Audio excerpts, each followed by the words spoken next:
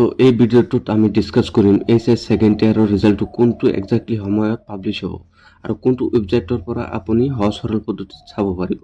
প্ৰথমে আপুনি গুগলত চাৰ্চ কৰি ল'ব লাগিব indiafirstjobalert.com। এই ৱেবছাইটটোৰ পৰা সহজ সৰল পদ্ধতিত ৰিজাল্টটো চাব পাৰিব। ৱেবছাইটটো কেইবাটাও আছে, কিন্তু সেইবিলাকত সমস্যাৰ সন্মুখীন হ'ব পাৰে। প্ৰথম লিংকটোত টেপ কৰি দিব। ইয়াৰ পিছত অলপ তলফালে আপুনি চাব পাৰিব আছাম এইচএছ ফাইনেল ৰিজাল্ট 2025, ইয়াতে টেপ কৰি দিব। ইয়াৰ পিছত ইয়াতে আপুনি তলফালে আহিলে চাব পাৰিব আছাম এইচএছ ফাইনেল ৰিজাল্ট 2025।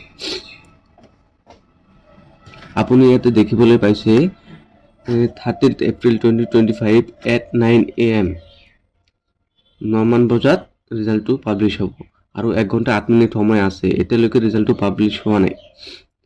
গতিকে যেতিয়া ৰিজাল্টটো পাব্লিছ হ'ব, আপুনি এই ৱেবছাইটত আহি ইয়াতে আহি আপুনি ৰোল কোড, ৰোল নাম্বাৰ আৰু ৰেজিষ্ট্ৰেশ্যন নাম্বাৰ ঢালি ছাবমিট কৰি দিলে ৰিজাল্টটো পাব্লিছ ওলাই আহিব উইথ মাৰ্কশ্বিট। ঠিক আছে। আৰু বেলেগ ৱেবছাইট আছে যিবিলাকত আপুনি ৰিজাল্টটো চাব পাৰিব, কিন্তু সেইবিলাকত সমস্যাৰ সন্মুখীন হ'ব পাৰে, যেনেকুৱা নেটৱৰ্ক ইছ্যু, ছাৰ্ভাৰ এৰৰ। গতিকে এই ৱেবছাইটত আহি আপুনি সহজ সৰল পদ্ধতিত ৰিজাল্টটো চাব পাৰিব। আশা ৰাখিছোঁ ভিডিঅ'টো ভাল লাগিছে। ভাল লাগিলে লাইক, শ্বেয়াৰ আৰু কমেণ্টটো কৰি দিব আৰু চেনেলটো ছাবস্ক্ৰাইব কৰি ল'ব নতুন আপডেটৰ কাৰণে। বিভিন্ন ধৰণৰ জব আপডেট, নতুন আপডেট এইবিলাকৰ কাৰণে চেনেলটো ছাবস্ক্ৰাইব কৰি ল'ব। ধন্যবাদ।